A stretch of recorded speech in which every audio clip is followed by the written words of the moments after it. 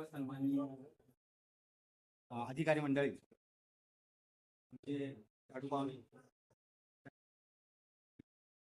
त्यांच्या मिसेस मेवणी माने आणि आपण सर्वजण जे जमलेला आहात ते त्यांच्यावरती असलेलं जे प्रेम आहे त्या प्रेमापोटी, आपुलकीपोटी आणि खरं तर एवढ्या संख्येनं जमतील असं मला पहिल्यांदा ज्यावेळेला मी आलो डेपोट त्यावेळेला मला वाटलं नव्हतं, पण एवढा त्यांचा संपर्क आहे हे पाहिल्यानंतर मला खूप समाधान वाटलं की वयाची 58 वर्ष पूर्ण झाल्यानंतर आपल्या पाठीमागे सुद्धा अशी माणसं असू शकतात हे आपल्याला भाग्याचं असतं.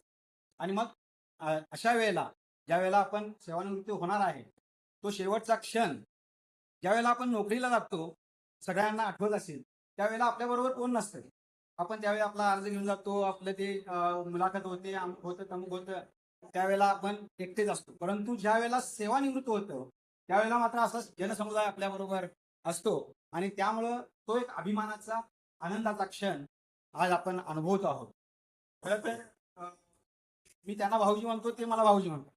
आम्ही दोघं जण एकमेकाला भावासारखे मानतो, कारण ते दोघे जण भाऊ भाऊ होते, पण आज त्यांचे दुसरे भाऊ तिथं हयात नाही.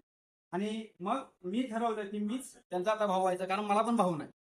आणि मग दोघं जण आम्ही आपल्या एकमेकाला भाऊजी म्हणतो आणि त्या पद्धतीने आमचं चाललेलं असतं.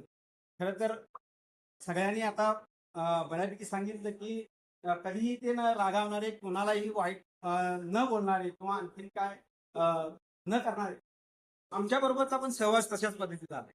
खरं तर आम्ही मी चिपळूणला असतो, मी हायस्कूल टीचर आहे. आता सध्या मी मुख्याध्यापक म्हणून काम करतो. पण ज्यावेळेला गारगोडीवरून चिपळूणला जायचं असेल त्यावेळेला आमचा पहिला हॉल्ट तिथं ज्यावेळेला ते कोग्यात राहायचे त्यावेळेला कोग्यात जायचो आम्ही. आणि आता नेहमी आल्यानंतर आमचा पहिला हॉल्ट येताना आणि जाताना दोन्ही वेळा कोल्हापुरात आम्ही थांबतो. मग 1 तास 2 तास असेल किंवा एखादी रात्र असेल तर त्यांच्यापाशी थांबल्यानंतर कधीही त्या माणसानं कोण वाईट केलं नाही किंवा त्यांच्या घरातल्या मंडळींनी सुद्धा बाबा पाहुणे तुझे सारखे येतात किंवा राहतात जातात असं कधीही काही केलं नाही. म्हणजे एवढं आपुलकी आमच्यासाठी सुद्धा त्यांची आहे, तुमच्यासाठी आहे ती आहे. कारण तुम्ही मित्र परिवार आहात. मित्रात आपण एकमेकाला चांगलं सांभाळून घेतो, परंतु पाहुण्यांच्या याच्यामध्ये बऱ्याचपैकी आपल्याला माहिती आहे कशा पद्धतीनं आपलं असतं.